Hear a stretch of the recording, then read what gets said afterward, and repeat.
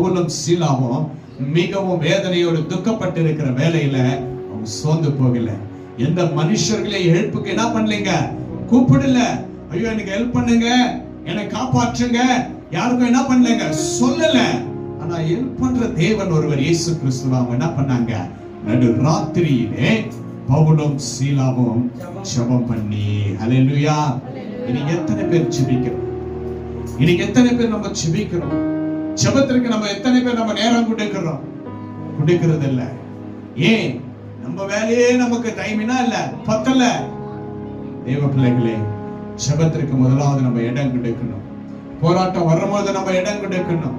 நம்ம நன்மையா இருக்கும்போது, அதான் தாவீது நம்ம முதல் வார்த்தை படிச்சோம் இல்லையா? சங்கீதம் என்ன படிச்சங்க? கர்த்தரை நான் எக்காலத்திலும் ஸ்தோத்திரிக்கணும். தாவீது எல்லா நேரங்களிலும் ஸ்தோத்திரித்தாரு. துன்பம், துயர, கவலை, போராட்டம், போர் எல்லாம் நடக்கும் பொழுதும் தாவீது ஸ்தோத்திரித்தாரு, விடுதலை ஆனாருங்க. அதுதான் தேவன் இன்றைக்கு உங்களோடு பேசிக் கொண்டிருக்கிறார். மகனே, மகளே, எக்காலத்திலே நாமத்தை நீ ஸ்தோத்திரி, உனக்கு நான் விடுதலை கொடுப்பேன்.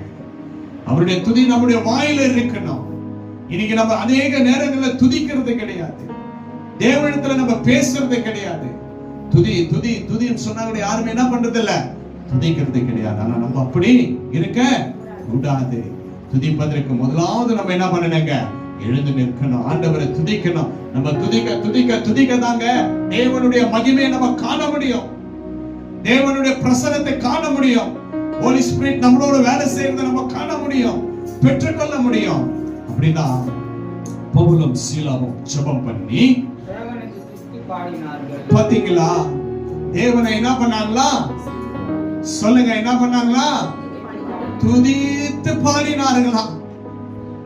எவ்வளவு வலி இருந்திருக்கும், எவ்வளவு காயங்கள் இருந்திருக்கும். அவனுடைய கைகள் கட்டப்பட்டுச்சு, அவனுடைய கால்கள் கட்டப்பட்டுச்சு. அந்த நேரத்திலும் தேவனை நோக்கி பார்த்து துதித்து பாடினார்கள். ஹல்லேலூயா.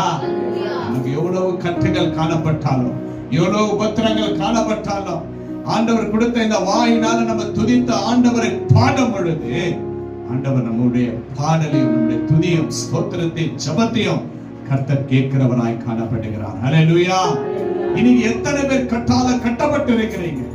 அநேக கட்டுகள் உங்களுக்குள்ள காணப்படலாம்.